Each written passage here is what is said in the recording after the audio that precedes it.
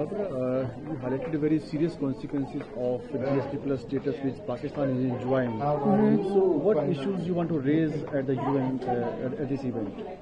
Yeah, we spoke about the GSP Plus program. So it's a form of trade preferences that the European Union has granted to Pakistan.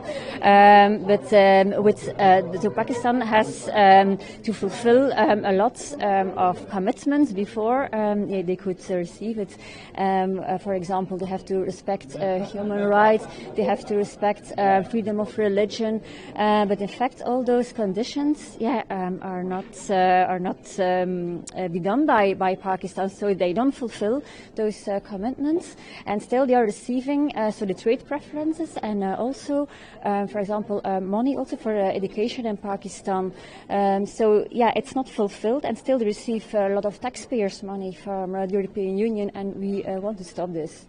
You called for the suspension of GSP Plus status to Pakistan because of its promotion to religious extremism, and misuse of the money to promote religious extremism through madrassas. So how serious is that issue?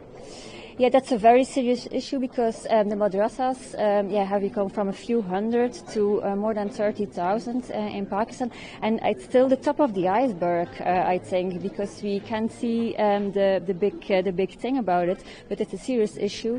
It also has a lot of consequences because you have, for example, leaders of the Taliban who have been recruited there, also extremists who do terror attacks in Europe, in the West, come from those schools. So it's a very serious concern for Pakistan, but also for Europe and for the West.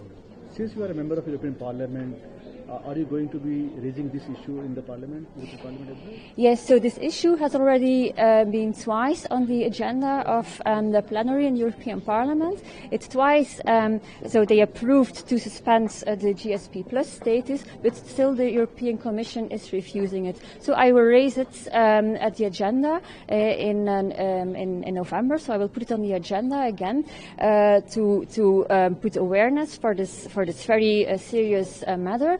And I hope this time the European Commission will listen to us. It's a very important event that happened, about the GSP Plus status, which Pakistan has been enjoying for many years. And the money is being misused on different things, especially the persecution of the minorities and the growth of madrasas and religious extremism going on. So how serious is this issue? This issue is very serious. It has been spotted already by many human rights defenders. Even twice, as you heard in the conference, the issue has been raised in the European Parliament. So there were two resolutions in 2014. Even before it started, there was a resolution to force Pakistan to comply with conventions because, people saw where this was going. And then in 2021, based on blasphemy cases, there was another call to suspend. We are not calling to stop it, as you heard in the conference. We are calling to suspend it until Pakistan meets criteria of GSP Plus. And this is a value-based mechanism. It's values, so Pakistan has to implement values in exchange for money, for trade benefits. Trade benefits are huge.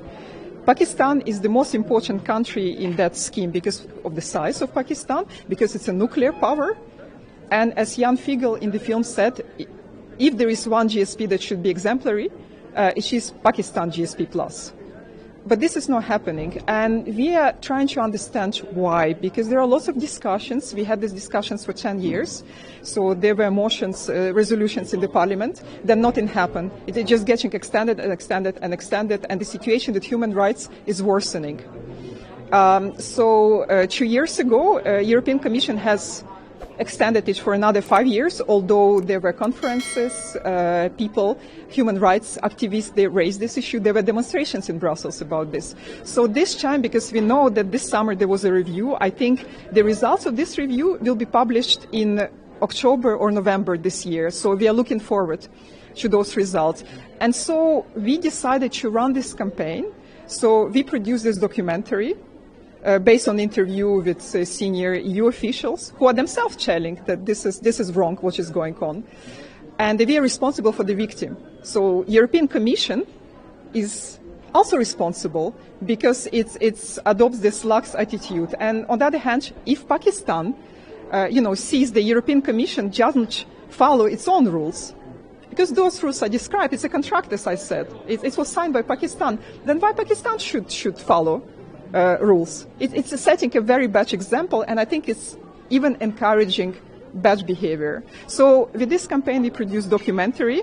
We actually premiered it in the Council of Europe in Strasbourg 2 days ago in front of a group of national members of parliaments.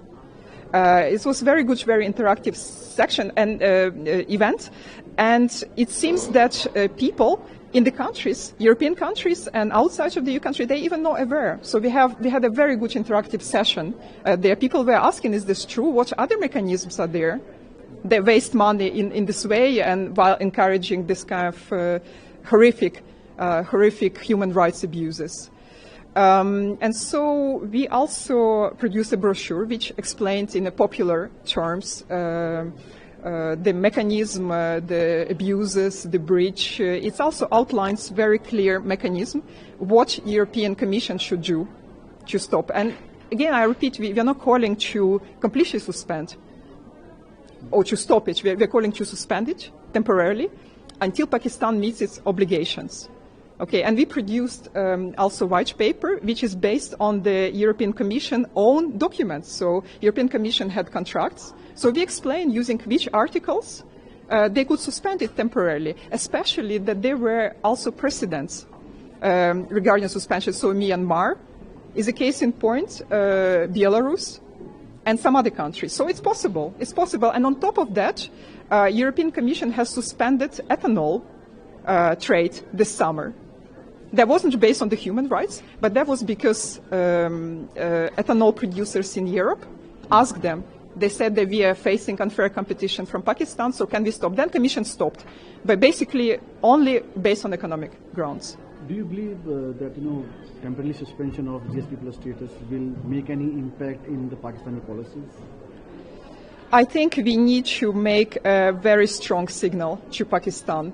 We've been to many events where GSP Plus was discussed, where they were organized by European External Action Services. So their experience when they go to Pakistan to discuss with officials, sometimes they're even ignored. But if you take money, maybe they will not be ignored. Because UN has conventions. ILO, International Labour Organization, has this convention, but it doesn't have the money mechanism. It doesn't have anything to take from Pakistan, while European Commission granted to Pakistan, and it can take. So that's the best mechanism to force. Okay, we will see. We very much hope this is why we are doing this.